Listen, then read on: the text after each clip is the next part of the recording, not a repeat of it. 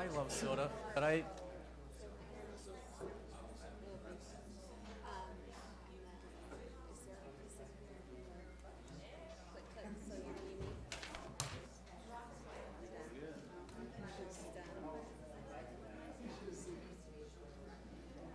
About the tithing.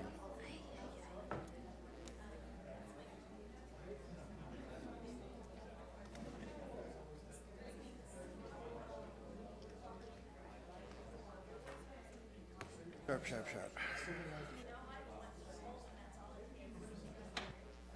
Motivation.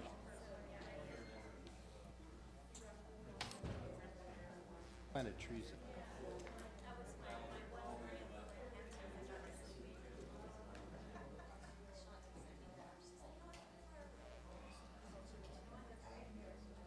Well, everyone, it's exactly 4 o'clock somewhere in the world. We'd like to invite and welcome everyone to our meeting here of the Board of Commissioners for Washington County, today being the 4 o'clock and also the 16th of November. Appreciate you all being here. We also welcome those who are visiting for various longevity awards and things that are here for families, and they're sure good to have a full house. We enjoy this beginning of the meeting with an invocation by Reverend Michael Chemness. We appreciate you being here. Shepherd of the Hills United Methodist Church. Thank you. Thank you. And on behalf of the people of Shepherd of the Hills, we say thank you for the work that you all do on behalf of our county. Great. So much. I invite everyone to join with me for a moment of grace and prayer. You are the author of light, God, and we come to you now asking that you fill this room with the realization of what happens when people work together, when we celebrate one another's gifts, and we look forward to the ways in which we will be led into a glorious future. Bless our commission, and of course, continue to welcome it amongst the people of Washington County and amongst the state of Utah. We ask that your hope be manifest, and of course, in all this we give you the glory. In the name of all who is holy we pray. Amen. Amen. Amen. Thank you so Reverend. much. Great message. Beautiful prayer. All righty. We also have a Pledge of Allegiance. I'm hoping that, because we were so pulling all our pieces together, that Terry Dunn of the American Legion Post 90, Vice Commander, is here. Terry? Oh, there you are. Sir. I'm looking this way. You'll all stand. Please remove any non-religious headgear. Face the flag of our republic and follow me on the Pledge of Allegiance. I pledge allegiance to the flag of the United States of America and to the republic for which it stands, one nation under God, indivisible, with liberty and justice for all. Thank you. Terry, before you leave the mic, would you tell us about Post 90 and what you did on Veterans Day? On Veterans Day, we had several events. I personally was out at the Shivwitz Tribal Cemetery, and we assisted them in their Veterans Day program that they had at the cemetery, and we had a bugler to play the bugle as the flag was raising up the flagpole. What's unusual about that is that out there, when they fire that round, when the flag reaches the top, they use their deer rifles. I don't think they're blanks, like what we use. But I could see the dirt kicking off the hill. Oh, okay. Yeah. Then we had our commander and past Utah State American Legion commander, Marty Bigby, was in the parade out in Washington, and we had a float out there. And then we had a flag ceremony over at Andrus Trucking, and that was very nice, where they honored some of their veterans truck drivers, and they decorated their trucks. It was very good, and they served a good lunch. So that was what we did, sir. Well, you're very active, and I know Yep. one of your concerns is always that there are those in the military that are either retired from the military or still active that are not wanting regularly to join posts. That's but correct. You're reaching out to them Yes. means a lot, because you also have a lot of aid programs. Yes, You we do. have mortgage programs, you Yep. have all kinds of things and that, scholarships for the youngsters, school Yes. scholarships. And our American Legion Honor Guard, we do military honors, and we have done 108 so far this year. Just here in Washington County. Wow. well, and I hope you know that I've been privileged, I don't know if anybody else in the room has, but Tom Hanks, in cooperation with others, have put together a movie of the North Atlantic, especially the merchant ships crossing, called Greyhound. Some of you may have seen it. Yep. Watch it first, and if you have any hesitation of your kids watching it, I wouldn't.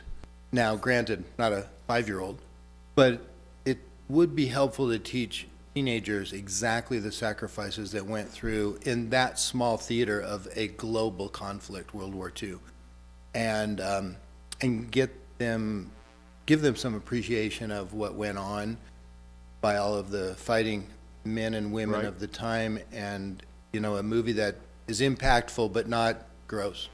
On December 7th, which is Pearl Harbor Day, we are at 10:53, which is our time when the Japanese bombed Pearl Harbor.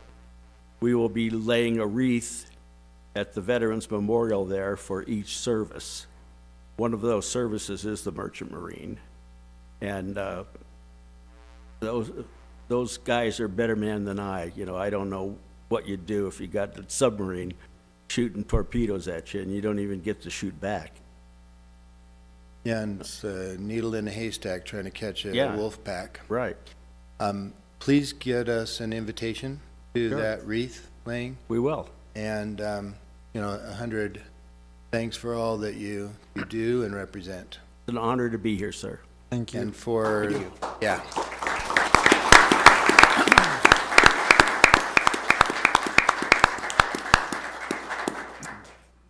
I didn't realize this, but one of the highest ratios of fatality in the services in many wars, especially World War II, were amongst chaplains. So the cry for help, they run there, they don't usually have all the necessary armor and what have you, and recently a lot of attention has been given to a book called Immortals, I think it is, and it talks about chaplains, and just by ratio, the number of chaplains by far of any other service died of any other activity in World War II especially. All righty, having said that, we'll begin. Our consent agenda is a means of expediting the consideration of routine matters. If a commissioner requests that items be removed from the consent agenda, those items are placed at the beginning of the regular agenda. Other than requests to remove an item, a motion to approve the items on the consent agenda is not debatable. Mr. Chairman, I'd like to make a motion that we adopt the consent agenda, which consists of item A, consideration of auditor-approved claims for payment for October 19th, 2021 through November 15th, 2021. B, consideration of regular commission meeting minutes of October 19th, 2021. C, consideration of commission work meeting minutes of October 26th, 2021. D, consideration of special commission meeting minutes of November 1st, 2021. E, consideration of administrative adjustments, real property. F, consideration of administrative adjustments for personal property. G, consideration of applications for property tax abatement, which there are 19. And H, consideration of ARS engagement agreement. And that is all of the items on the consent agenda, and that is my motion. I'm sorry, Commissioner Iverson. Could you read those again? I'm just kidding. We're kind of busy over here. Would you read those again? I second the motion. Motion and a second for consent agenda with no items being removed. All in favor, say aye. Aye. Aye. Vote unanimous. Well, I don't know about anybody else. I'm not big on change, but we do have some wonderful people that have served us well. But prior to talking about our dear Sheriff Corey Pulsifer, let's do a few others first. First of all, Tom Durant, our county assessor, if you would stand up front with us. I know he wants to just stay seated. I don't. Yeah. Where is? Tom's right there. I saw you earlier, and So- you weren't standing. Tom, we just barely had our Utah Association of Counties, and Tom was voted Assessor of the Year.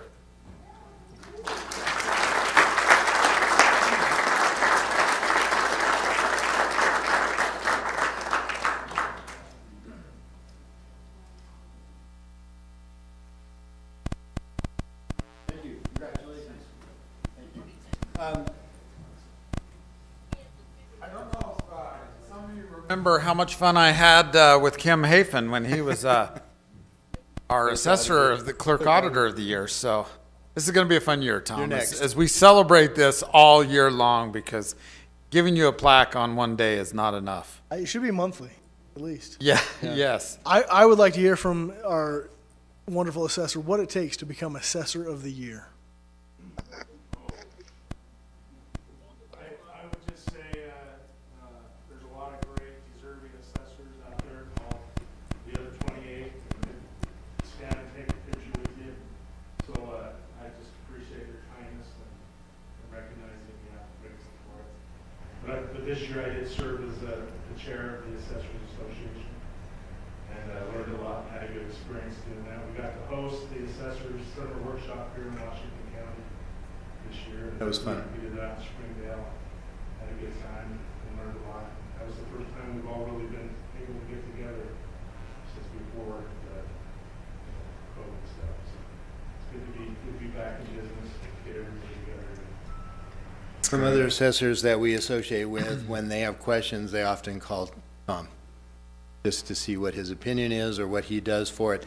Those who did vote for him were all the other assessors and everyone who doesn't pay taxes. They came out in droves. All righty. We also have some longevity awards, one from the B&C Roads and one from the Attorney's Office. Is anyone here from the Roads Department? I want Jeffrey Drake. There you are, Ron. I knew you snuck in and I saw. Oh, Dean, your whole group, why don't you come up and you can present this? you have to tell us how great Jeff is, though.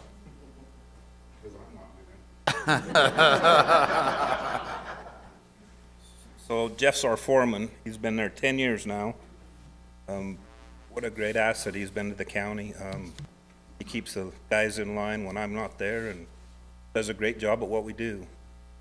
Kind of makes the county go round, so we appreciate his hard work and dedication to the county. Yes, thank you so much. Well, let's get a picture with you.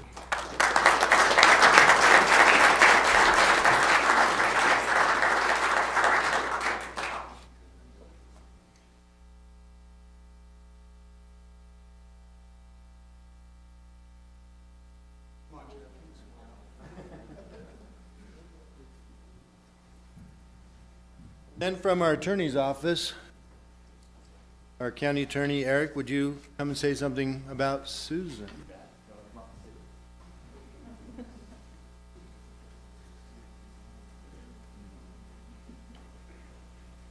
So Sue Best has been with us 20 years. Sue is phenomenal.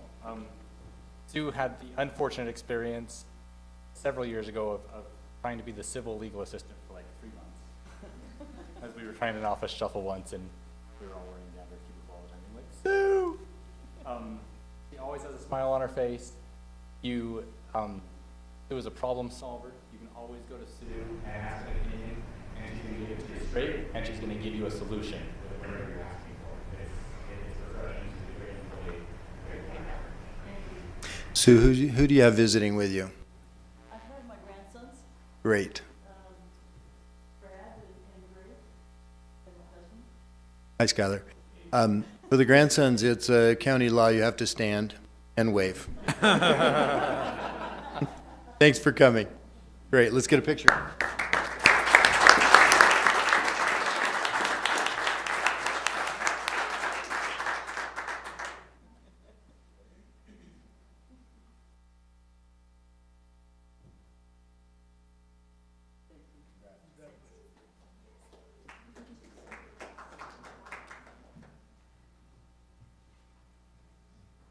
Well, it's hard to believe that somebody does one thing so long and so well for so many years, and without any exception, our next presentation goes to our dear Sheriff Corey Pulsifer. Commissioner Snow, would you read the resolution? Absolutely. Resolution number R-2021-2857, a resolution recognizing Washington County Sheriff Corey Pulsifer for 35 years of law enforcement service and leadership. Whereas after 11 years serving as Washington County Sheriff and having worked in law enforcement in our community since 1986, Corey Pulsifer has announced his retirement. Whereas Corey's kind demeanor and approachableness have made him one of the most impactful leaders in our community for several decades. His peers, subordinates, and especially the general public have been enriched from their interactions with him. Whereas as a service-oriented person, Corey has cooked food for thousands of people at various nonprofit events like Shop with a Cop and Relay for Life, and at statewide search and rescue trainings. He is always happy behind a grill and holding a spatula. Whereas during his time as sheriff and lieutenant, Corey has helped the Washington County Sheriff's Office be a law enforcement agency that is second to none and focuses on its mission of ensuring life as a safe community. We live as a safe community. Whereas one of Corey's passions is overseeing the search and rescue team in our community, he has helped build this largely volunteer team into a uniquely skilled and cohesive group that provides thousands of volunteer hours annually in the backcountry of our area. Whereas the most lasting impacts of Corey's career are the personal relationships he has formed and the fact that many, many people will better serve our community as they emulate the example he has shown. Now, therefore, be it resolved that Washington County expresses gratitude to Sheriff Corey Pulsifer for a lifetime of service. Wonderful.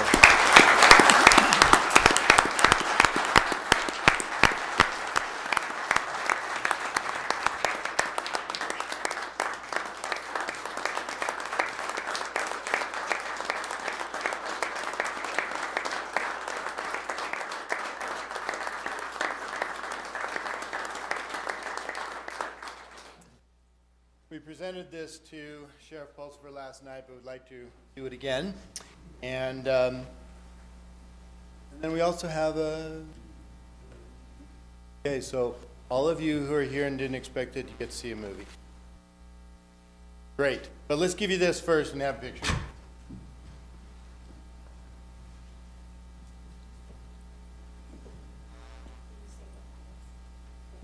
This presentation is the Outstanding County Sheriff of the Year, also given by Utah Association of Counties. So they recognized him. Sir. Wonderful. Thank you.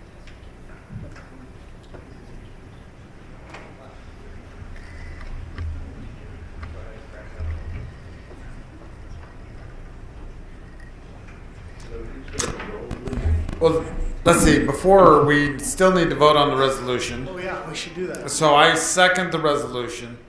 All in favor of the resolution honoring Corey Pulsifer, our sheriff, say aye. Aye. Aye. And just the award that we gave him is Corey also was voted by all of his colleagues and sheriffs throughout the state as Sheriff of the Year. That's the award that was given from the Association of Counties in our conference just barely. So Yep. And it well deserved.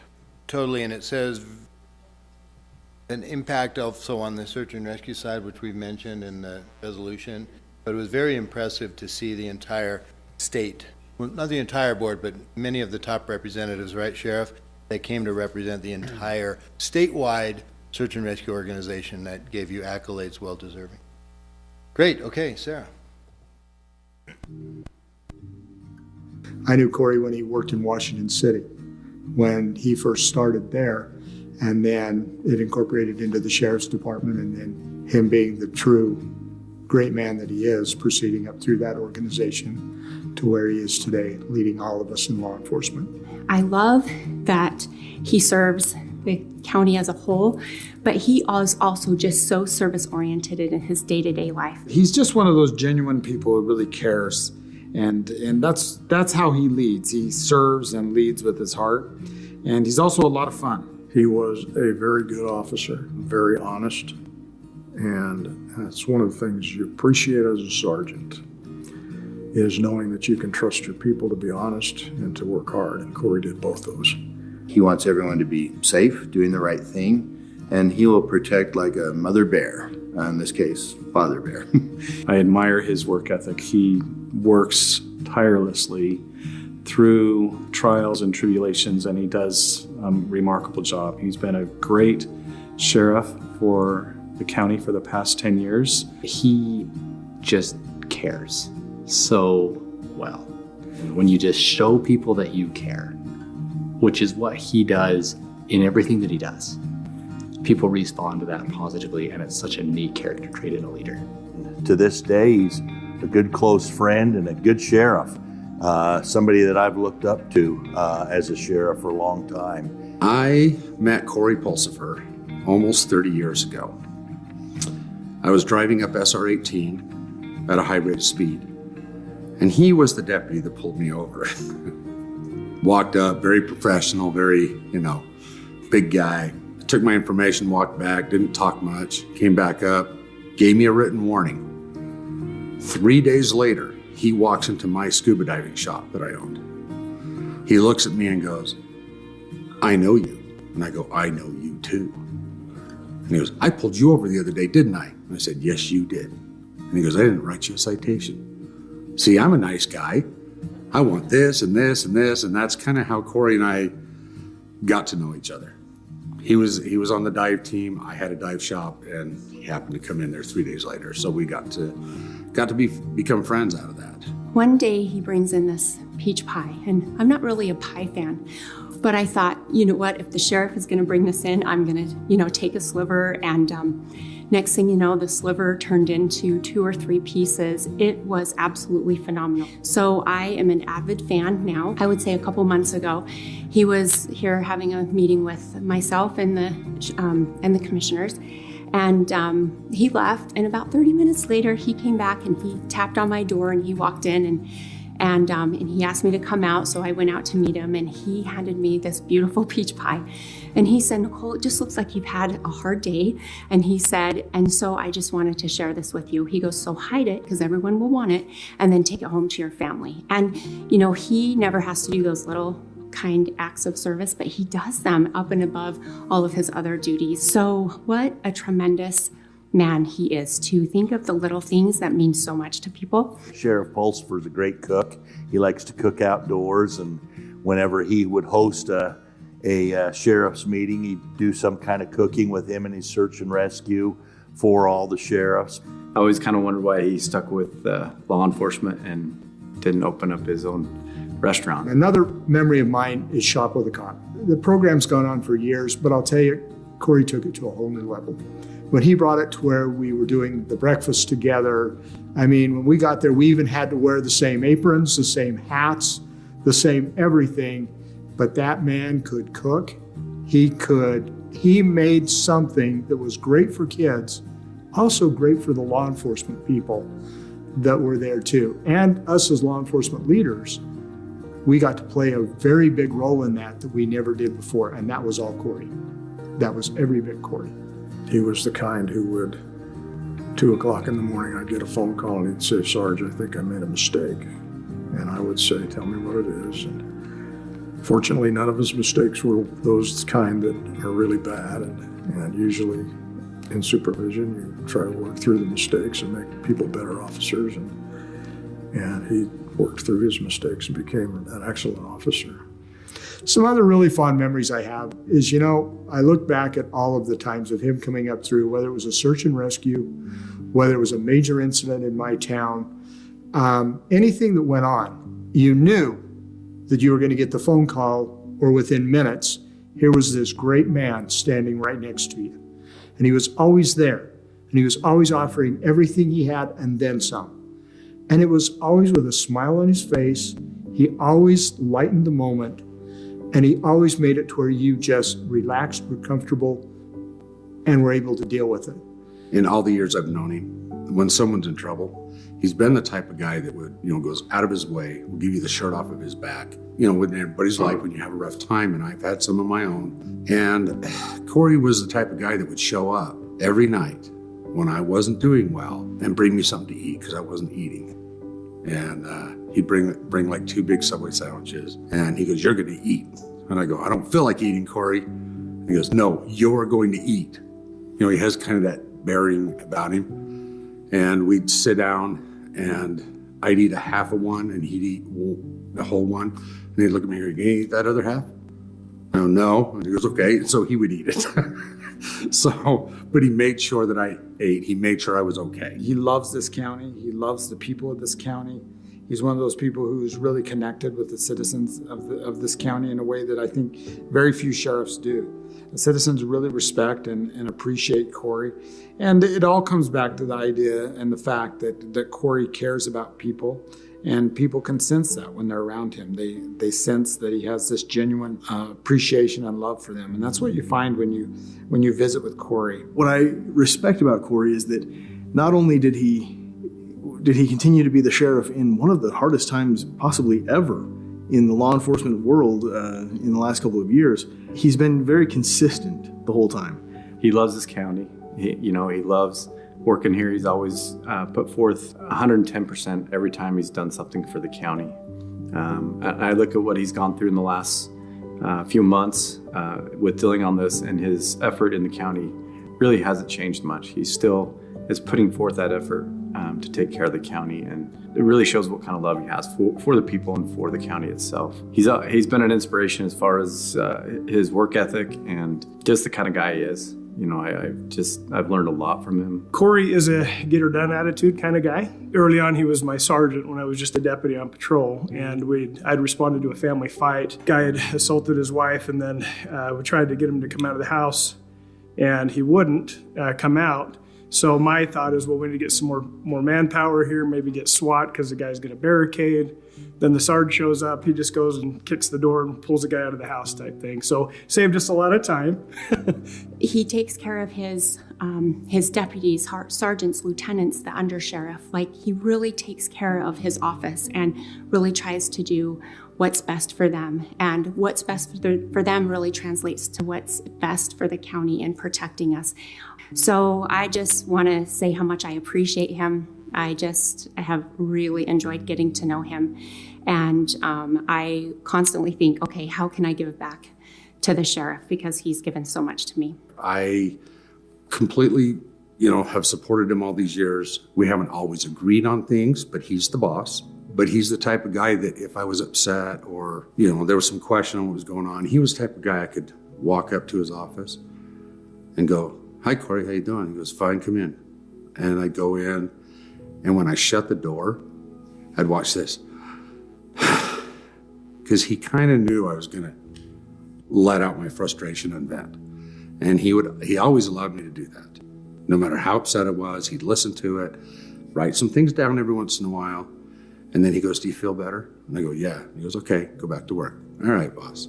That's the type of guy that I know Corey Pulsifer as. Corey has been one of the greatest public servants that this county has ever had. He is a true leader. He's a true professional. He's one of the most kind and caring people that I've ever met. The reason I believe he was in law enforcement was because he cared about people. Long before it was ever really a coined phrase or a coined word, he made sure people's rights were protected. He made sure that their needs were taken care of. He made sure that victims were supported and did all he could there. And I guess, to me, the biggest thing is Corey was a great friend. That's a tough one because he really is.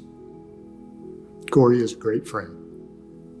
I would tell Corey that it's been great working with him in all the different avenues we've worked in search and rescue, and in the SWAT team, and on the road as a supervisor and as being supervised by him. It's been great to work with him, and he's a great asset to the county and a great asset to the people of the county. He cares, it comes across, and he's willing to spend his time and effort to serve, and I appreciated that example and the way he got along with everybody.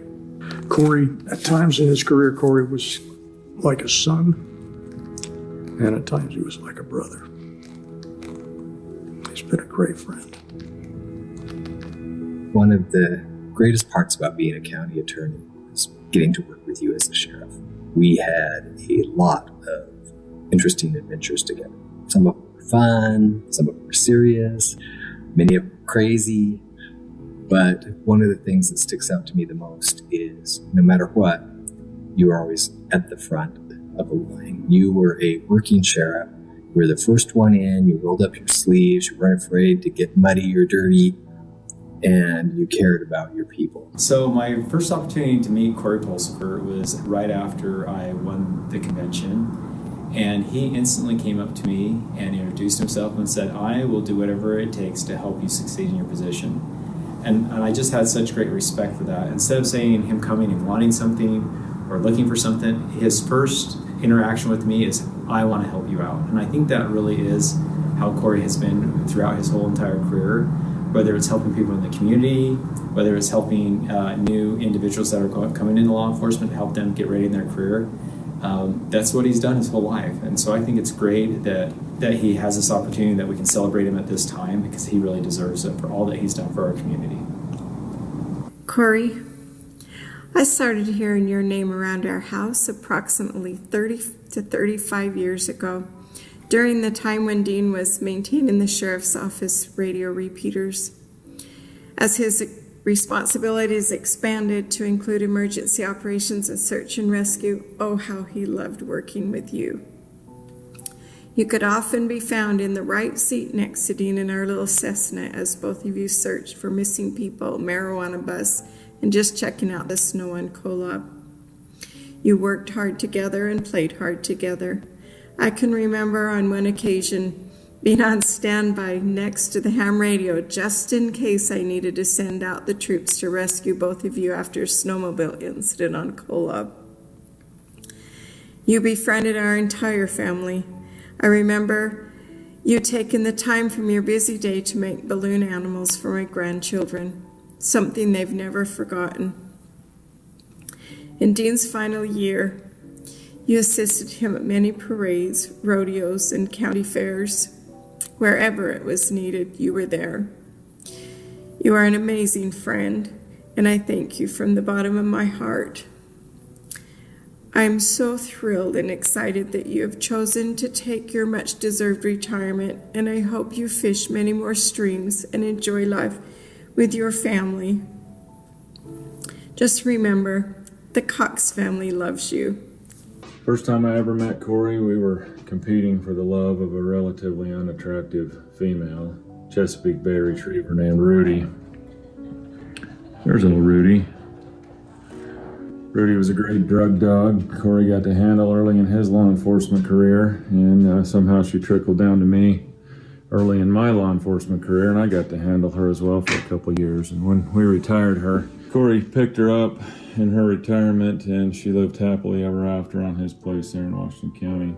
So many great stories with Corey. I could go on and on. The time that we scared Dean Cox nearly half to death in our ATV competition. The time that we spent the night in the Grand Ole Opry. Corey's been a great friend that I knew I could call or text at any time. Kind of like a big brother just over the hill, willing to help me with anything I needed, and I have appreciated his friendship and his brotherhood. Love you, buddy. Hey Corey, wish you well in your retirement. It's been a privilege and an honor to work with you over the last, well, I've been in this now 22 years. I remember one of the first experiences I had meeting you was out on a crash on Snow Canyon Parkway on a graveyard shift several years ago. I was a young officer, and I was always impressed by the person that you were, the kind words that you always had, and the reassurance. I hope you have a great time in your retirement. I wish you the best. And please, on behalf of the St. George Police Department and our community, good luck and enjoy. I hope you have a great time. Thank you so much for everything that you've done for law enforcement here in the state of Utah. You are such an amazing example to many of us. I know me coming in on this last election cycle as one of the newer sheriffs, you were somebody who who reached out to me and was friendly right from the start. Not that all the sheriffs aren't, but you stood out to me as somebody that I could go to for suggestions and help, and I appreciate that. I know, you know, some of my family down in your neck of the woods, and you take such good care of them. I truly appreciate you. I truly appreciate everything that you've done for Utah and for the community down in Washington. Thank you so much, and I wish you the best. I want to wish you all of the best. So grateful for the service you've given to our community all these many years. And now as you ride off into the sunset, I hope you will enjoy your family and enjoy some great fishing. We're going to miss you. Thanks for all you've done. Sheriff, thanks for your many years of dedication and service to our community. We will miss you a lot as sheriff here. But don't fool anybody. I know the real reason for your retirement. You want to resume your career as a ballroom dancer. Take care. Corey, on behalf of the men and women of Washington City Police Department and the citizens of Washington City, we thank you for your time and dedication as our sheriff here in Washington County. You've been able to share your many talents and passions with those around you, and we deeply appreciate all that you've done for us. We wish you well in your new adventure in retirement, and we hope that we're able to cross paths from time to time. Thank you for your continued efforts in being a great leader and a defender of justice and peace here in the county, and we wish you well. Thank you. Sheriff, Congressman Stewart here. Hey, I join with hundreds, I'd say even thousands of people as we say thank you for your many, many years of service. Being in law enforcement is a little like being in the military, some other kind of choice careers where you truly are serving the people, but I recognize it comes at some sacrifices to you and your family. You've done it for so long now. God bless you. We're so grateful for all you've done for us. I'm thankful for you being a friend. I appreciate that, and best wishes now to you and your family. Corey, you've dedicated your life to the service of others. Thank you. Your stature in the community is one that's unmatched, and it's one that won't ever be duplicated. The Utahns of Washington County have placed a special trust and a special confidence in you. You never let them down, not once.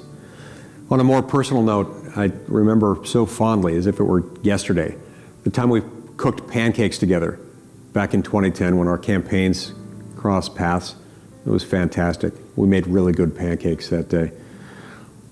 In any event, I wish you the very best, Sheriff. Thanks so much for all you've done for Washington County and for being such a good friend to me.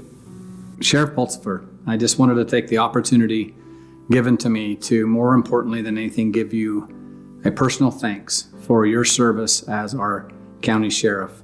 You've made Washington County a better place for me and my family and the citizens that live here.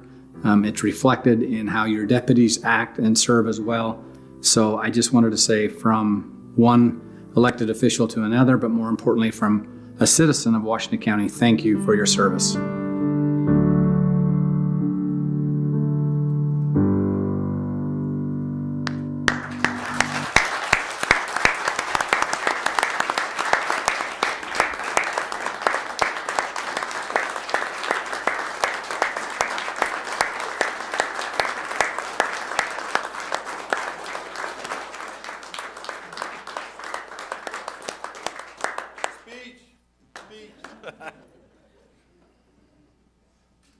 Victor, that grin.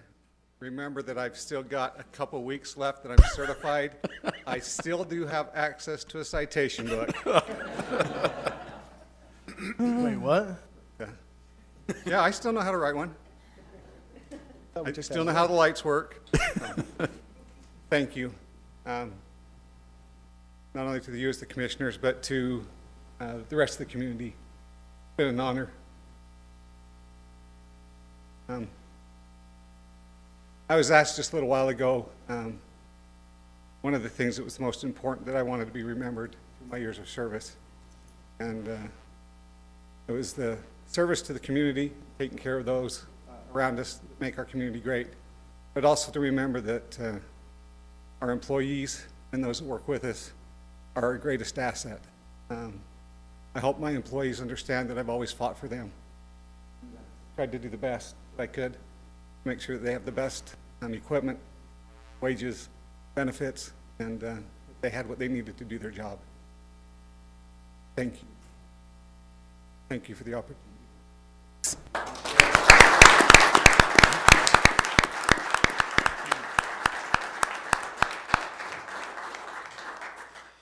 Yesterday, we had a little bit of a celebration. Some of you were there, and Sheriff gave his beautiful wife, Kathy, 35 roses for these years. And sometimes I think we don't realize how much families and spouses of especially law enforcement people, what they have to do. And so after that, as I was walking out, I talked to former Sheriff Kurt Smith. He was there with his wife, and made a comment about this is a big responsibility, the sheriff's job. I mean, they not only have the biggest department, they run the jail, they run courts, they have all of the personnel type of issues, and they have to deal with all of these very complex human issues that we deal with in law enforcement, and it is a big job. And as he turned to his wife, he's like, why did I run for sheriff?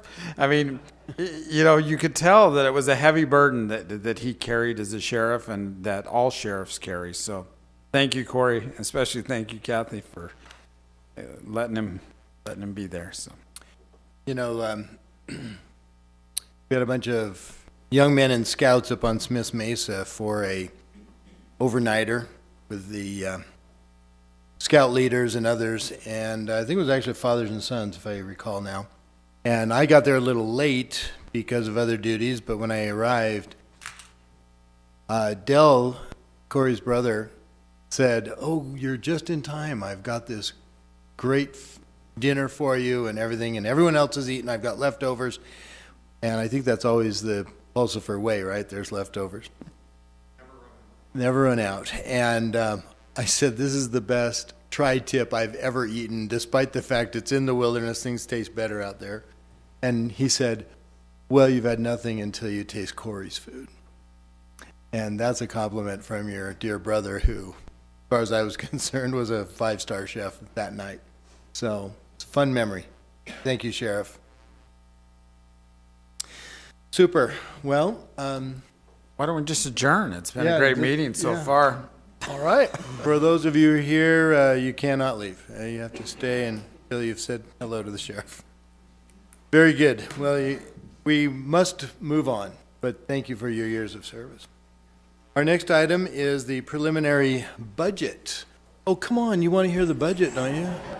It's your money. I thought that's what they were here for. Yeah. They were not here for the budget?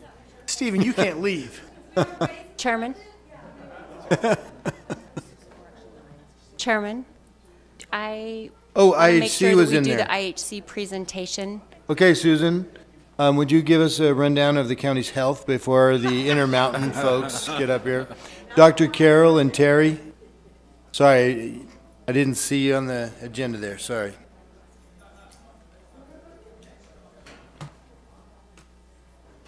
We have a PowerPoint ready that you can just follow as you give the presentation, Susan, about the health of. That's right. That's right. So before we go on to the next slides here and kind of go through some of where we're at from the hospital standpoint, I want to share a couple of things. Two specific experiences of a couple of our physicians at the hospital. I didn't ask their permission, so I won't use their names. But one of them, I received this note from someone who works at the hospital, and she said, I wanted to share with you what a joy this physician is. He is frequently whistling Christmas songs. This was a recent email, so it wasn't in the middle of the summer.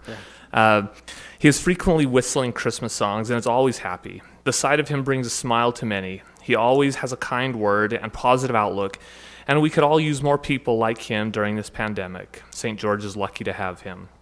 I completely agree. The other was a recognition that we heard this morning, actually, about one of our physicians that had a patient he was caring for. He's been caring for this patient for a little while with a serious chronic condition that he's treating for this patient. And the patient struggled with it. He reached out to this patient on Veterans Day. and wished her a happy Veterans Day, as she had served in the military previously. I love two things about that. Number one, that Veterans Day was important enough to him that he reached out to his patient to wish her a happy Veterans Day. And number two, he's treating her medical condition, but he's treating her completely. He knows her, he knows about her life, he knows what's important to her and where she's been and where she's going, more than just the disease that he's treating and the process that he's taking care of. I'm constantly inspired by our medical staff, whether we're talking about a pandemic or non-pandemic, the care that we've provided, or they've provided for many, many years and will continue to provide to Washington County for years to come. Switching our attention to some of our most recent data with regard to COVID specifically, if we can go to the next slide. This shows where we were at recently. This is November 16th. By recently, I mean this morning. Hospitals at 87% capacity. Our ICU is at 115% capacity. We have 51 COVID patients in the hospital. Total ICU capacity is 37 patients out of 32 beds. That's interesting math, the way that we do that. And 19 patients out of those 37 who are there because of COVID.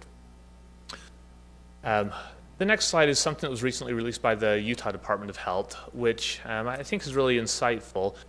And this is specific to us as a state, that vaccinated Utahns are 19% times less likely to die of COVID-19 than those that are not vaccinated. Vaccinated Utahns are 11.7 times less likely to be hospitalized and 4.8 times less likely to test positive. We see this pattern play out in the hospital, and we can see this on the next slide. This is Intermountain-wide data, not just St. George Regional Hospital, but our data is very, very similar to that. 84% of all patients with COVID in the hospital are not vaccinated, and 16% are fully vaccinated. 11% in the ICU are vaccinated, whereas 89% are not vaccinated, and 87% on a ventilator are not vaccinated, and 13% are. I've looked very specifically at our patients in the hospital in St. George because this is personal to me. Although we may have 250, 260, 280 patients in the hospital, each of these patients is an individual. Each of these patients is important. Each of these patients has a family that cares about them and loves them. And so I make a point to read through the charts of many of these patients, particularly those with COVID. And what I've seen is those patients that are vaccinated and in the ICU or vaccinated and on a ventilator generally fall into one of three categories. They're either older, 75 or older, are the recipient of a transplant, kidney transplant or liver transplant, or undergoing chemotherapy. These are the individuals where the vaccine, quite honestly, is not as effective as it is for those in their 50s or 40s or 30s. It's exceedingly rare for us to see vaccinated patients that end up in the hospital with COVID in their 30s, 40s, or 50s. It's unfortunately not terribly uncommon any longer for us to see patients that are 30, 40, 50 years old in the hospital, but almost universally they're unvaccinated. On the next slide, we'll see where we're at with monoclonal antibody therapy. So since December of 2020, we've provided nearly 450 patients in Washington County with monoclonal antibody therapy. Recently, the Utah Department of Health, in conjunction with the Department of Defense, has opened a temporary clinic at the 400 East campus. They're running a clinic we're supporting simply with a building, and they're doing a phenomenal job. So that's continuing, and we were providing that therapy in our infusion clinic and in the emergency department. So this has allowed patients to receive monoclonal antibody therapy in a different location and allow throughput in the emergency department to continue without delays and open up additional beds. So this has been a really good thing. By way of perspective, I shared the information with regard to what % of patients in the hospital are vaccinated versus unvaccinated. To put that in perspective, as local communities, in Santa Clara, the vaccination rate is 51.1%. So of all people that live in Santa Clara and Ivins, 51% are vaccinated. St. George City, 48.6%. Washington City, 44.8%. Cedar City, not in Washington County, 40.1%. And Hurricane and La Verkin, 37.9%. So we've seen higher hospitalization rates in St. George at our hospital than many other areas of the state, and there's certainly a direct correlation to vaccination rates. There have been a lot of questions raised about vaccination. I've had many one-on-one conversations or group conversations with people to address questions that people have and provide information so people can make the decision that's best for them. That's our hospital report.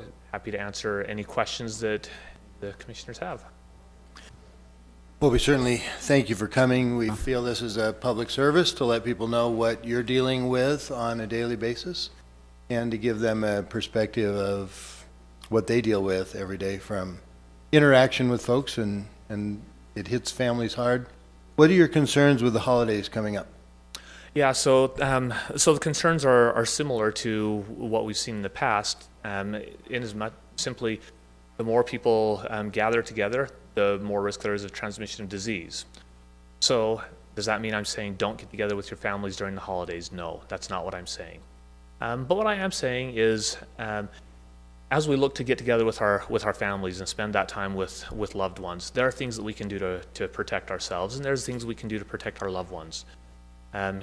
If you yourself or your family members are not vaccinated, it's the single biggest thing that we can do to protect ourselves and to protect our loved ones. It's not perfect. We see that in the numbers, but it's the single biggest thing that we can do to protect each other.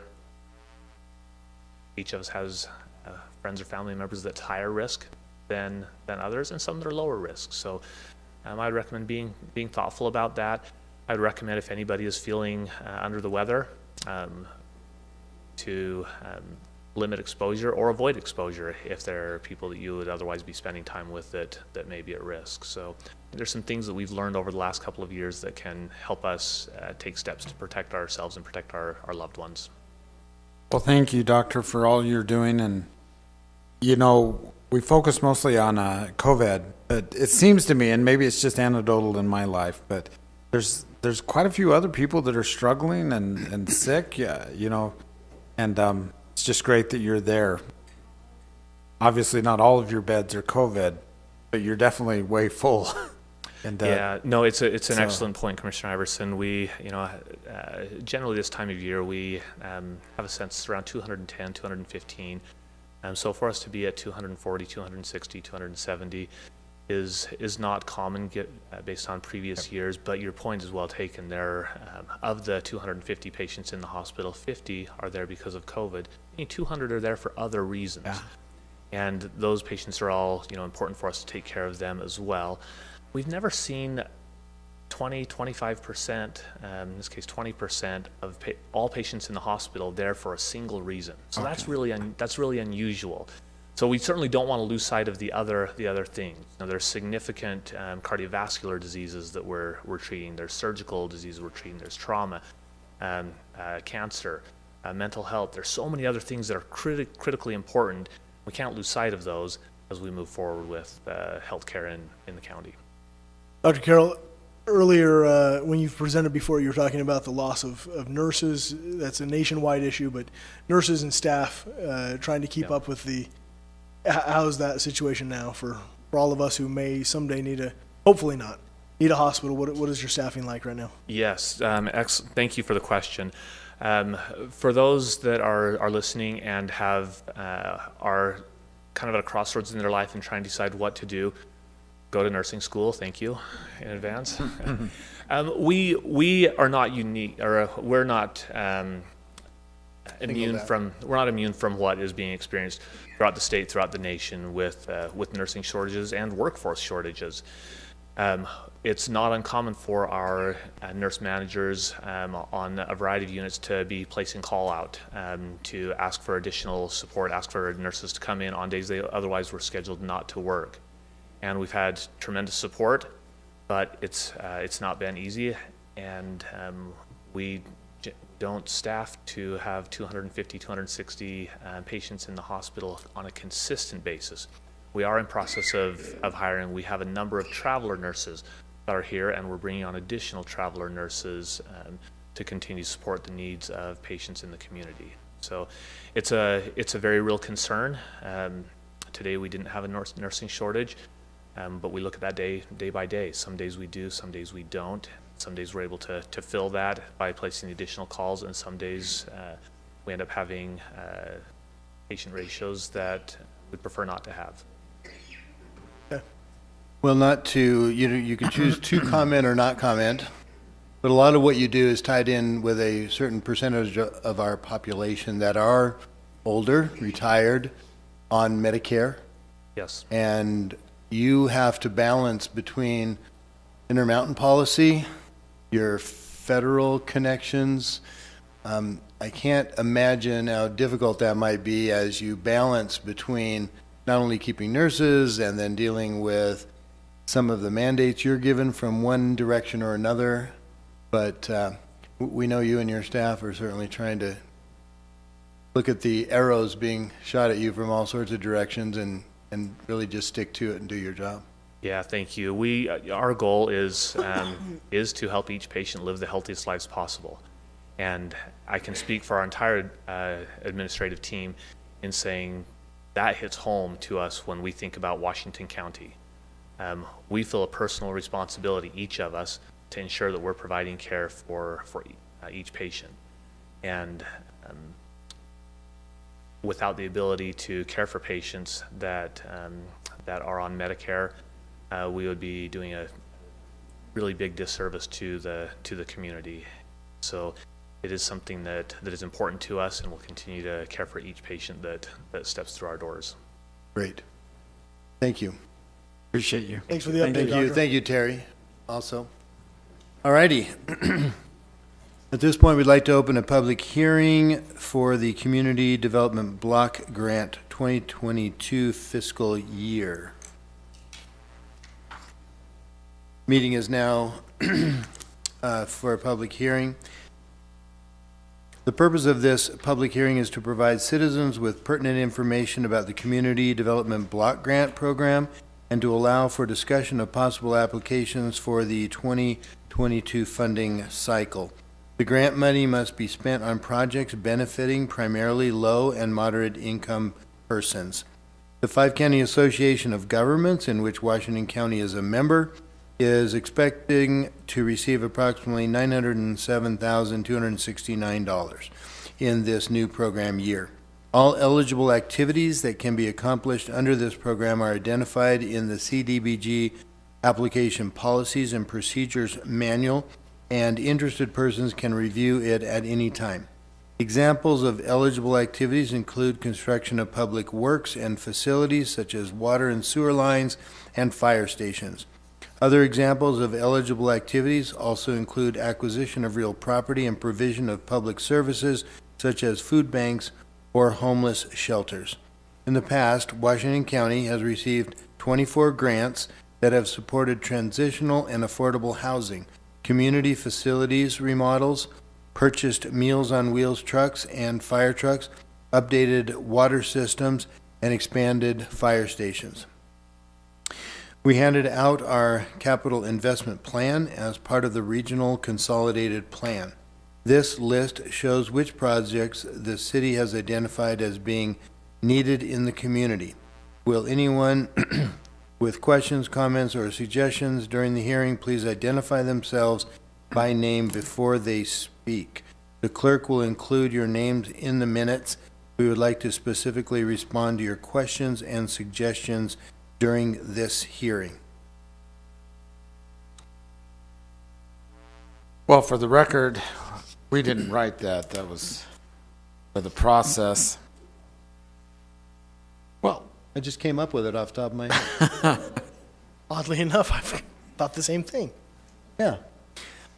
Seeing nobody who wants to hear, would somebody close the public hearing? I Mr. move Chair. to close the public hearing, Mr. And I Chairman. would second that motion. Thank you. Motion and second. All in favor, say aye. Aye. Aye, unanimous. Thank you, everyone. Our next item is the preliminary budget from Susan Lewis for 2022. For next year, yes. Thank you. It's kind of fun for me, I think. Budgets are a good time. We have met together with all of the department heads and the elected officials, and we appreciate their time and efforts in putting together a budget for a proposed tentative budget for this coming up next year. When we have everything all finalized, we will put this on our website for people to be able to go in and see the detail. Today we're just going to kind of show an overview. If you want to go ahead and go to the next slide. This will show some of the different departments and some of the revenue sources. So this one is talking about the general fund. And for people who are not quite understanding what general fund or TIN fund is this is mostly where the taxes and services are paid for. And so this is the part of the revenue side of that budget. If you go to the next slide, then I think this will show you a little bit more of understanding. Oh, no, this is just the taxes. Okay, I'm sorry. I thought it would do the next one to the revenues, to the expenditures. And so this kind of shows you some of the expenses, some of the departments that are included in the general fund. So we have the attorney's office, we have public safety, we have elections, we have public defenders, we have all kinds of things that are general services to our residents here in Washington County. And so we've proposed what we think will be what needed from each of the department heads, what they will be needing. As I should mention that the commissioners asked for the department heads to consider and look at their expenditures or the proposed expenditures and see what the top 5 things are that they spend money on and what they can maybe do to help that to be lowered or to keep it under control, to curtail the spending. Go to the next slide. So here's kind of the pie chart view of the general fund. You can see that by far public safety is the largest cost that we have here in Washington County. And then you can kind of see the different other departments and how much piece of the pie that they can get or that they receive for expenditures. Go to the next slide. We have some other funds besides the general fund in Washington County. The Fund 11 is the BNC road funds. This is not only BNC road funds, but there's also transportation tax included in this revenue source. And so you can see that the total expenditures and the total revenues match. That's actually required by state code. Next one is Municipal Services. So Fund 12 is similar things that you would see a city doing, but this is at the county level. So for Municipal Services, we have things like fire control and public works and maintenance, and you can see that they added a new department. The streets and highway beautification wasn't part of our budget in 2021, but it is in 2022. Some of the things that the county does for unincorporated areas of the county. So if you're not living in the city, you still need somebody to take care of your roads and do mapping and planning and all of that kind of thing for you. This is where we pay for that budget from. Next slide. Excuse me. The next one is Fund 14. This is assessing and collecting. You can see that the Treasurer's Department and the Assessor's Department both are funded through the assessing and collecting tax, as well as functions that the rest of us do that have something to do with assessing or collecting. So Board of Equalization, or the hearings that the commissioners, when they act as the representatives of the board members for the Board of Equalization. There's different things that they do, and the transfers in and out to the different departments that they help. Slide. This kind of goes over our county library. There's several libraries throughout the county. There is a tax associated with the libraries, but as well as there's some fines and other kinds of revenues that they receive. Again, we have the revenues and the operations matching for their county library budget. This one. The Council on Aging is our Fund 24. This is, you can see the different senior citizen centers throughout the county, as well as they have some services that they do, Meals on Wheels. I think you've probably heard of some of these senior programs that are available for funding in Washington County. This one. Convention and tourism, this is a big budget in Washington County. So this has both, I believe, yes, the TRT taxes that are included in there. And you can see that this year it looks like we're having a large jump, but we do have a lot of projects that are being worked on, some trail systems and things that are going into the 2022 budget from the tourism tax. County Recreation, this is our Fund 26. This, think of, you see the picture up there of Grafton Building, but think of the regional park area and the things that they do within the county, our county fair, our shooting sports park, our actually regional park facility is all included in this Fund 26 budget, and it's from the leasing tax and the TRCC tax, so restaurant tax. Next one. These are some other funds that we have on our books. They're not particularly, they are our funds, but some of the money is not our money. So there's Fund 35, that's flood control. It's separate than the Flood Control Authority. Some of you might be thinking of that. The RAP tax, the Corridor Preservation Fund comes through the state. The Habitat Conservation Plan, the HCP. And then we have lots of different grants that come through. The large grant that you see in the budget for this year is that we've received money from the America Rescue Plan. So the ARPA money is showing being budgeted for 2022. This one talks about our debt service in Fund 33. These are the different payments that we have for either the Municipal Building Authority debt that we have or the county debt. We've kind of left on there some of them that you can see that we have paid off, but there's not a lot of debt accumulating in the county, and we appreciate that. We like to be debt-free. So as this is the tentative budget presentation, this is kind of opening we've had a lot of discussions. We have a whole book full of things that we've worked on already. There are going to be some more adjusting that needs to be done as we move forward. But what will happen is, as we approach the end of the year, we'll have a public hearing. We'll post the detail first on our website, and then we'll have a public hearing so that we can take some public input on concerning this budget. And then eventually we will ask that you guys approve the budget. Did you have any questions? So when did you say it'd be posted? So it needs to be posted 7 days before we have the public hearing. So as you set the public hearing, then we will back up from there, the time period that it will show up on the detail on our website. Well, the one thing I noticed is some of the budget areas went down. They did? There were some that maybe they fulfilled some obligations, whether construction or what have you, and or other needs, and they're asking for less in that budget. So there are others that are foreseeing needs of the future and have gone up, but nice to see the accounting there. Susan, you mentioned kind of the process, just for anybody that's from the public that might be viewing this later. So as commissioners, we meet with you, and department heads, we review the budget, where you were last year, where your needs are going forward.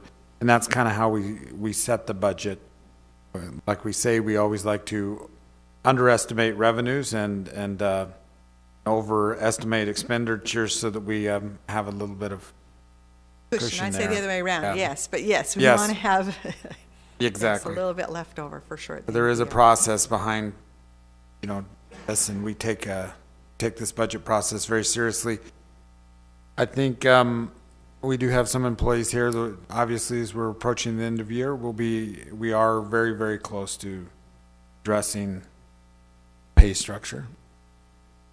And Mr. Chair, I'd just like to reiterate, first of all, appreciate you, Susan, for everything that you're doing on the budgeting process, having now seen the sausage being made a little bit. It's difficult, and man, it's a lot of work. As fiscal conservatives, we don't want to raise taxes. It's very, very fiscally tight. At the same time, rising wages across the open market and inflation, thanks to wonderful people in Washington, D.C. And so we're trying to balance a lot of competing interests, and it's a difficult job. And so first of all, thank you. And I've thoroughly enjoyed working with you on the process.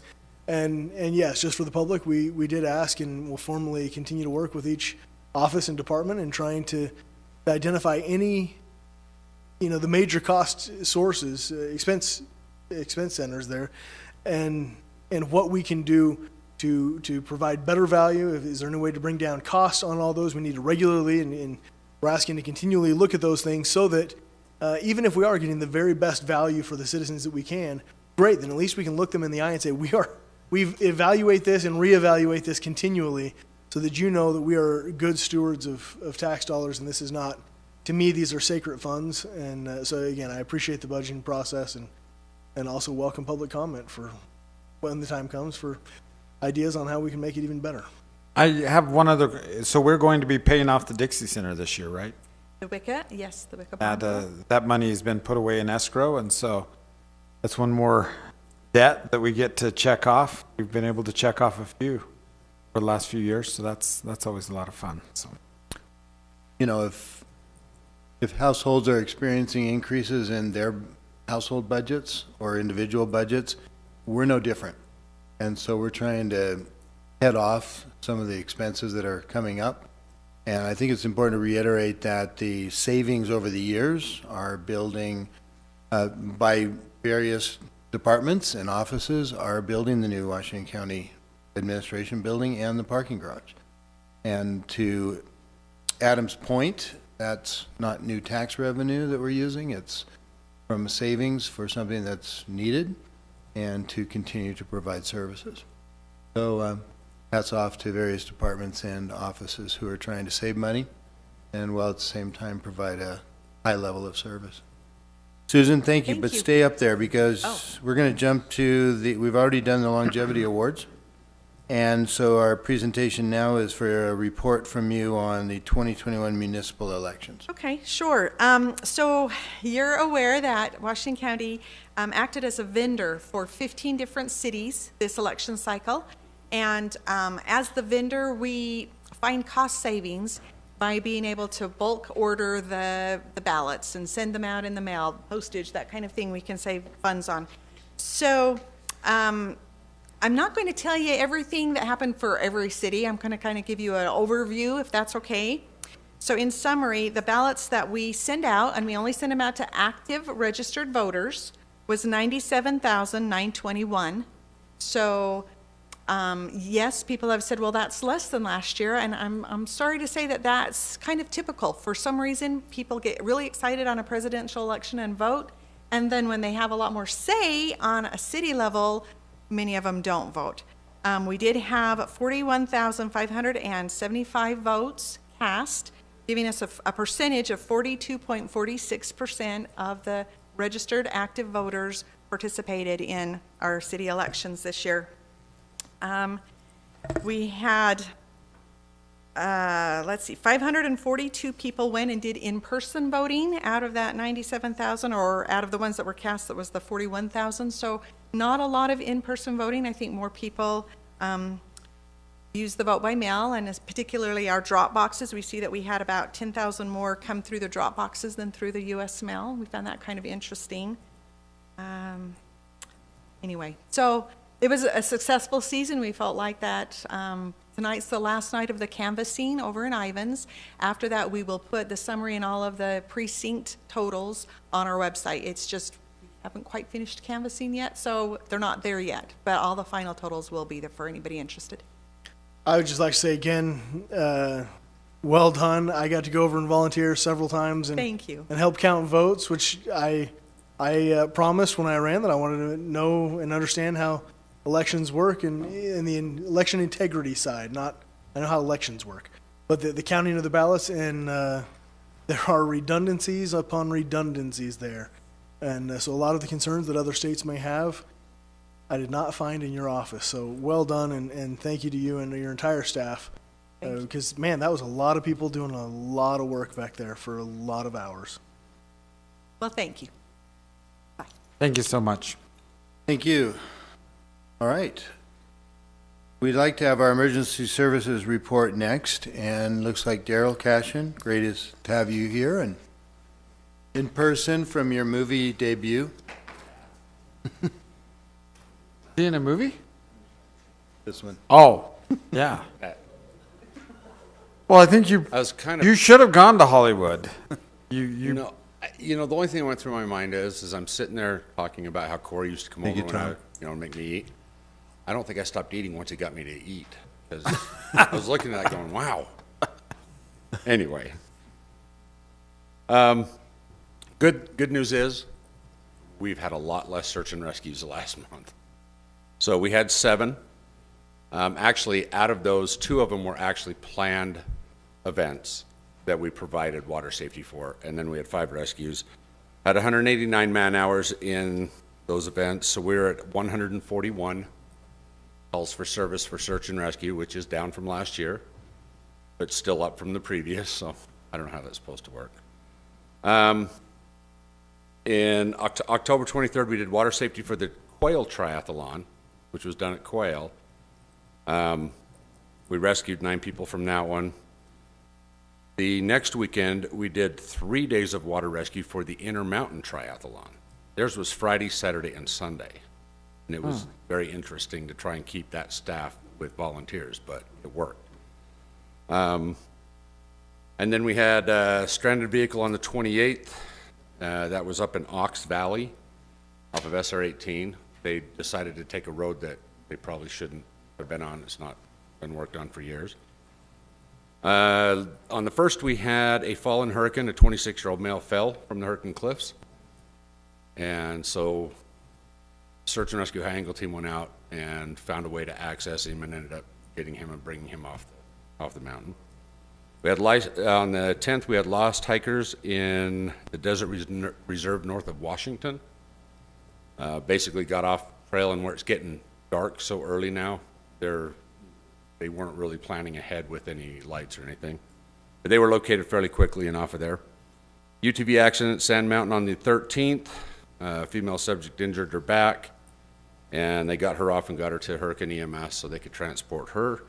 We had 2 lost hikers yesterday on Yent Flat, both in their 80s. Again, got off trail, and they were worried it was going to get dark and they had no supplies. There was one other incident up on Toker Falls where a UTV rolled down a cliff. The deputies went, Hurricane EMS went, and I just kind of held back SAR, but because that road is so bad right now, that first mile is horrid. But they were able to get close to him and get him, so I held off on SAR, but I don't know what the thing is with that road. I don't know who handles it, but it's really bad. Well, that would have been handled by Tokerville right there. Okay. Because Dean Wolfenstein and Ron, they work on the smooth part once you get down a little bit farther, but there is some effort to make that road improved. Yeah, that would be good. My guys were telling me, well, the deputies were telling me that there's a big oil slick off of some of the rocks, so some people obviously have not managed getting up there well. So that's all I've got for you. You have any questions? Please thank your team again. Thank you. I will do so. Thank you. Wonderful. All right. Probably the latest ever that this has come up. Holy cow. Gee, it's already 5 o'clock. Ray, would you do our purchase request, please? Yes. Okay, and I too have a lot, so sorry. The first one I have here is for the library. This is for the re-landscaping around the shared building we share with Springdale, where our Springdale Branch Library is. This was the damage done for the flooding, and this is for $11,117. This is us reimbursing the town of Springdale for that shared portion. The next one is for the Hurricane Senior Center, submitted by our building maintenance crew. This is for a new roof for that senior center, and a total of $39,892. The next few are for the roads department. This first one is for road base around the 1400 East area, Pinto Road, and 2800 East area. The total of $27,084.88. The next one is our usual equipment fuel. This is for $33,459.94. The next one is for the striping and pavement markings for the Kolob Terrace Road. This is for the lower county section through the new construction area. The total for this work was $10,026.40. But we have a credit with the company that did the striping for extra paint left over from a previous job in a total of $1,834, which brings our total cost to $8,192.40. The next one is for the Dixie Center. This is for some duct work there. This is to insulate and install aluminum jackets. This is for $22,900. This is, tourism is actually paying for this repair. The next few are for tourism. The first one is for branding and design services for the Ironman World Championships. This is the, this includes the first two payments at $22,667 each for $45,334. The next one is for a co-op project in Germany with the Utah Office of Tourism. Washington County's portion is $75,000. Utah Office of Tourism will reimburse the rest. The total for this is $30,000. 7,500. 7,500, yeah. 7,500. Did I? You said 1,000. That's okay. Oh, sorry. Sorry about that. The next one is for upgrading video and sound in the exhibit hall at the Dixie Center. This is for $18,330. The next one is for tourism data reports. This includes spending, trends, advertising effectiveness, etc. This is for $55,000. And then moving on to emergency services. This is for a hazmat detection sets. This is a regional asset being distributed to different entities for $20,658.25. This is grant funded. The next one is for an EOD suit for the state bomb, funded by the state bomb squad grant. This is going to a regional entity, will not be a Washington County asset. This is for $36,414. And then the sheriff's office, this first one is for commissary blanket purchases for $50,000. This should get us through the end of the year. The next one is for certification, license management module, field training management module. This is for $12,000. Next one is for miscellaneous mounting and hardware for the license plate reader that was in our stolen vehicle that got crashed, and that's a total of $18,595, and that's reimbursed via our insurance. The next one is also for the vehicle that was stolen and crashed. This is for replacing the law enforcement equipment that was damaged in that. And again, the insurance is paying for this at $14,085. And our final one is for our HCP, the Habitat Conservation Plan. This is for the installation of tortoise fence in Zone 6 of the Red Cliffs Desert Reserve. And this is a total of $81,681. Unless there's any questions, that is all. Ray, on the last one, is there a linear foot mark? I mean, how? 100 feet of fence or 5 I did read it miles? somewhere. Let's see. It's zone 6, isn't it? Yes. Yeah. So there's 1,750 feet of 4-strand range fence, 1,000 feet of 4-strand, one being a barb strand, 1,650 feet of 4-strand range with tort mesh. Sorry.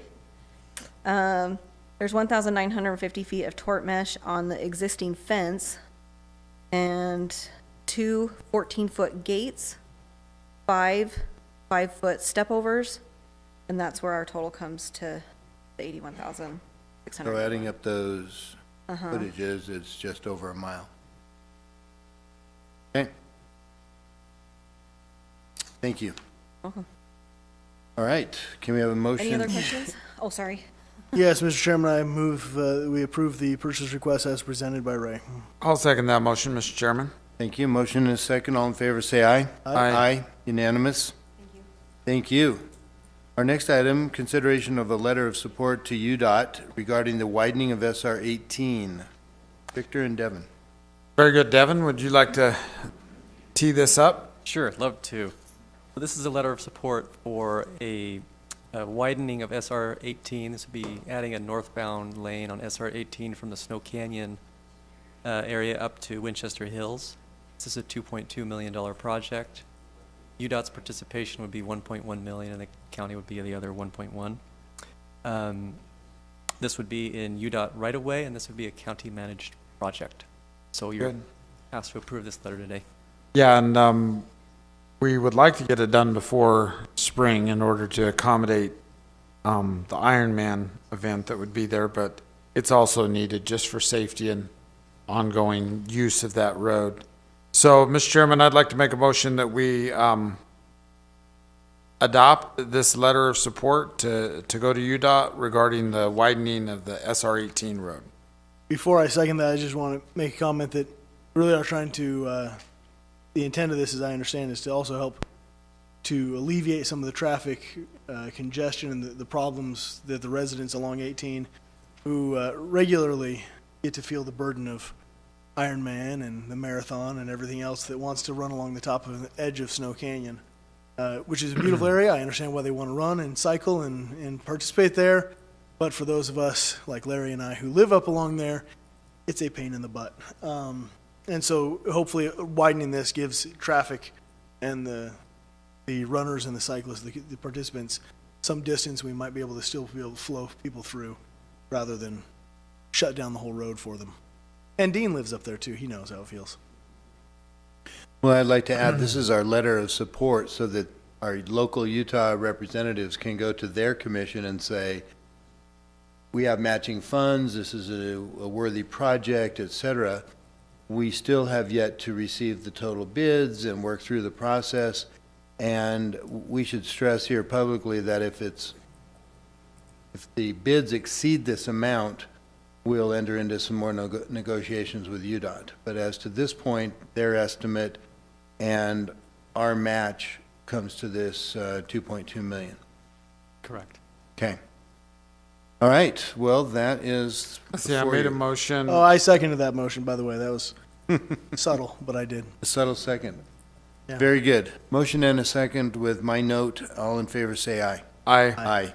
Passes unanimously. Thank you. All right, our next item, consideration of Resolution R 2021-2851, a resolution preliminarily approving an agreement between Washington County and the Duttons for a performance at the Washington County Fair. Susie.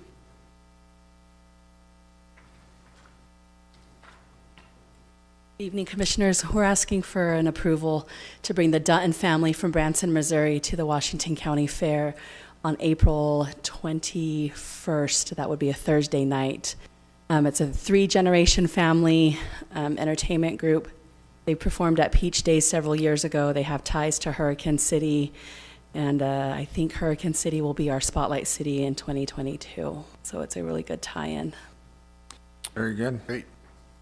Well, Mr. Chairman, I'd like to make a motion that we adopt Resolution R-2021-2851, a resolution preliminarily approving an agreement between Washington County and the Duttons for a performance at the Washington County Fair. And I second the motion, Mr. Chairman. Motion and a second. All in favor say aye. Aye. Aye. Passes unanimously. Thank you, Susie. All right, our next item. Consideration of resolution number R 2021-2852, resolution appointing a new board member to the Southwest Utah Board of Health. Very good, Mr. Chairman. I can speak to this. The Board of Health is made up of county commissioners, representatives, and also one other member from each county. So it's a board of 10 altogether. And this member needs to have some sort of tie into to the health community. And so I'd like to put forward Dr. Kenneth Snow. His term will run, let's see. So his term says it expires December 31st, 2022. Okay, so is it just, he's just finishing out the term of Mr. Ben Norman. So that is my motion. And I second the motion. Motion and a second. All in favor, say aye. Aye. Aye. Wonderful. Unanimous. Item 13, consideration of resolution number R 2021-2853, a resolution approving TRT funding to St. George City for the Holiday Senior Softball Tournament.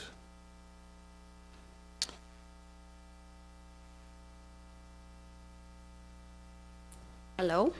This recommendation came before the TAB board actually back in May, but as we're getting closer to the tournament, we wanted to put it through on a resolution because they are deciding to move forward with the tournament. There was a little bit of question with COVID and whatnot. So this is an event that happens December 11th and 12th. The players typically come in a couple of days before and stay for a couple of days after. So there's about 80 teams, 1,700 players, economic impact of over $800,000. So they're asking for us to offset the cost of the fields of $6,500. Pretty good investment. Very good. Okay. Mr. Chairman, I move that we approve resolution number R-2021-2853, a resolution approving TRT funding to St. George City for the Holiday Senior Softball Tournament. Following St. George is very appreciative. I'll second that motion. Motion and a second. And I just want to catch that last sentence. As long as St. St. George is very appreciative, yes. Okay, very good. Yes. Okay. I'll second that twice. Very good. Motion and a second. All in favor, say aye. Aye. Aye. Unanimous. Consideration of resolution number R 2021-2854, resolution approving a sales agreement for the Sheriff's Office to purchase video recording equipment and necessary software. Hello. Hey, Guess I'm how's just it here for going? questions. Bentley? So this would be just the agreement. The funding has already been approved for it, so this would just be the agreement that will go along with that. So yeah, if you have any questions on it, but it'll give us a chance to go to a cloud-based rather than the discs and the dinosaur that we're using now. So it'll get us up to speed. Very good. Great. So. I do remember conversations with Larkin about this. Yeah. Excellent. Well, with that, Mr. Chairman, I'd like to make a motion that we adopt resolution R-2021-2854, a resolution approving a sales agreement for the Sheriff's Office to purchase video recording equipment, necessary software. I second that motion, Mr. Chairman. Motion and a second. All in favor, say aye. Aye. Aye. Unanimously voted on. Item 15, consideration of resolution number R 2021-2855, a resolution approving an interlocal cooperation agreement for mutual law enforcement services between Washington County, Utah, and Lincoln County, Nevada. See, how's the sheriff's speaking to this? Anybody want to speak to it? I didn't know I was speaking to this, but we have something similar with Arizona. We are increasingly finding ourselves responding to, different things that are going to go across those borders, so this will help in that. Sure. Very good. Okay, Mr. Chairman, I move that we approve resolution number R-2021-2855, a resolution approving an interlocal cooperation agreement for mutual law enforcement services between Washington County, Utah, and Lincoln County, Nevada. I'll second that motion. I wonder how many times our people are running into their county and how many times their people are running into our county. I would say we're probably there more often than vice versa. We probably chasing people into a lot of things happening here and going south, whether it's through the Hilldale side through SR 59 or I-15 that direction. But so we do that quite often. They're good to come up and help, but they just don't have as much manpower on this northern border for them. Yep. Well, and certainly the agreement with the Arizona Strip. Yes. And it's just a forgotten part of their state sometimes. Yeah. And we appreciate the resolution that Devin's writing up to annex everything north of the Grand Canyon. Yeah, we just want to. I mean, who are they going to fight? Yeah, let's just put it in. Let's have that happen. I think it's a great idea. Let me look into it, though. Yeah. Like an attorney. You might have to put your revolutionary hat on, not necessarily your legal hat. Did you hear that attorney doublespeak?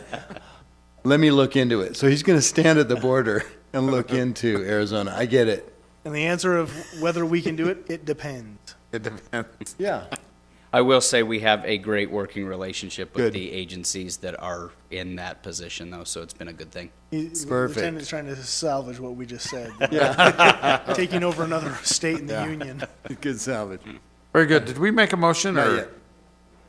Okay, I would like to make a motion, Mr. Chairman, that we adopt Resolution R-2021-2855, a resolution approving an interlocal cooperative agreement for mutual law enforcement services between Washington County, Utah, and Lincoln County, Nevada. And I'll second that because we actually already had done it, but we'll, I don't know if that changes anything for Sarah, but we've done it twice. Victor and I both would like to make that motion. Did you make the motion already? We did, but you said it so much better. We'll take yours. I'm so distracted because usually we aren't. All in favor of the motion, and second. Aye. Aye. Say aye. Aye. Aye, I did. Captain. Aye, Captain. All right, unanimous. Item 16, consideration of resolution number R-2021-2859, a resolution approving the 2022 annual budget under the agreement between Washington County and Utah State University Extension Services. Paul. The UAC also gave Paul the best dressed. They did. He was Extension Officer of the Year because we heard cleaned about up that awards assembly down there. So Well, I'm glad to be able to contribute. Great to be with you this evening.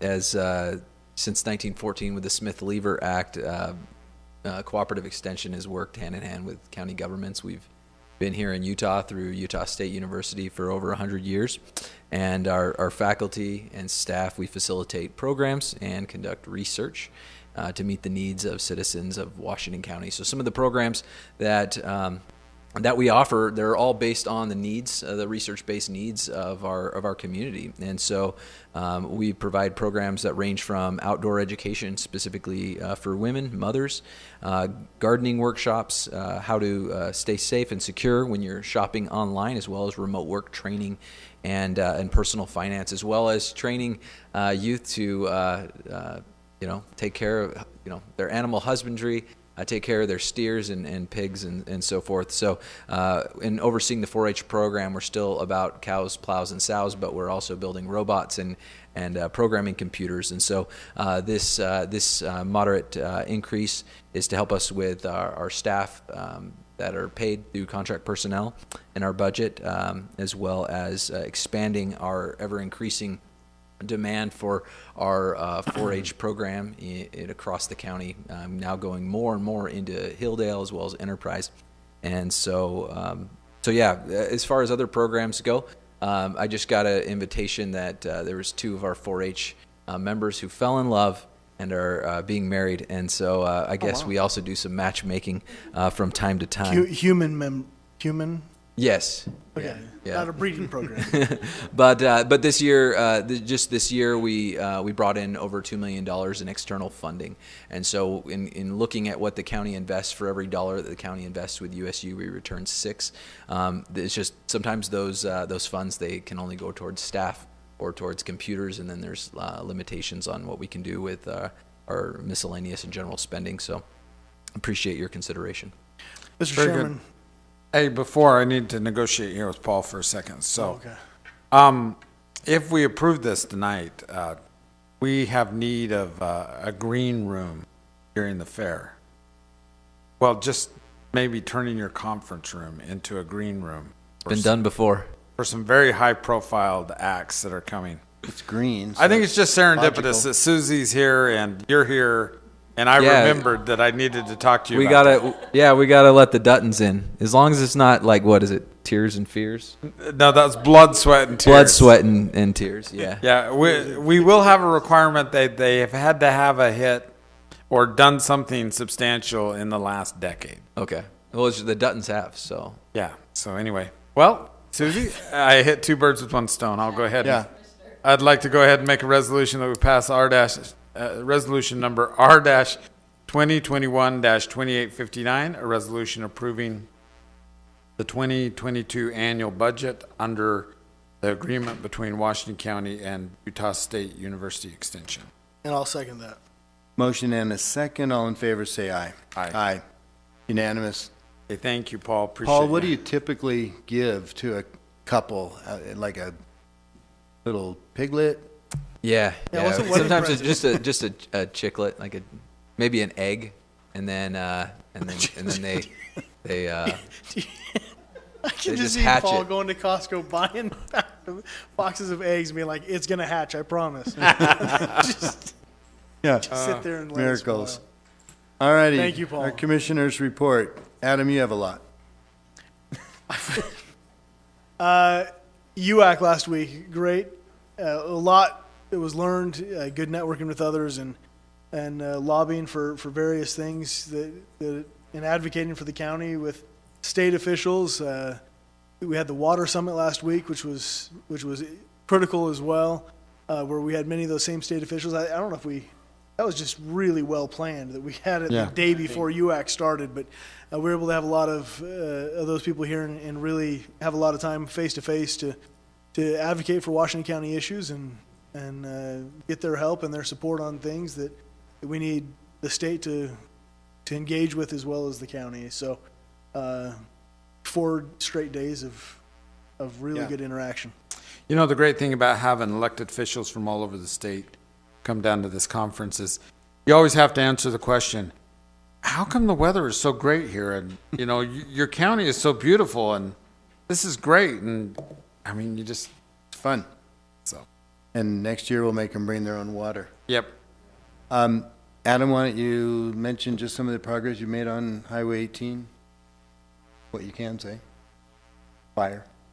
Yes. Well, we continue to work out some of the issues and educate and learn some of the problems that we need to work through on the potential consolidation of several of the special service districts along Highway 18 and adjacent to Highway 18, like Dunlock, which doesn't sit on there, into 2 larger SSDs that would hopefully the goal is to better serve the citizens that live there and the tourists that come through there at better training and safety for the first responders at hopefully a lower cost once we get everything set up. So it's a way to provide greater value for our citizens and through some economies of scale in both training and in purchasing, we think we can get there. So we commenced that study since the last commission meeting where we were able to start looking at some of those numbers and really diving deep into that. And we thank our attorney, Devin, for his help on that as well. So been having a lot of those meetings. Yeah, you've worked hard up there and put in a lot of time, and thank you for that. We also had a successful Veterans Day. We kind of scrambled around to cover a lot of bases. It was well attended both at Sun River, and then the parade through Washington City was appreciated too. So lots going on. We know our road crew is still here, and they're looking forward to winter and scrambling to getting things completely ready after a long, hot, dry summer. So thanks to you again. These meetings are rebroadcast daily on TDS cable channels 22 and 108 in HD at 10 a.m., 2 p.m., and 5:30 p.m. They're also available on demand at youtube.com/community education channel. We appreciate those being here, and further information is provided to the Spectrum prior to this meeting within 24 or outside of 24 hours. Thank you again, Community Education Channel, and your being here tonight. With that, our meeting is adjourned.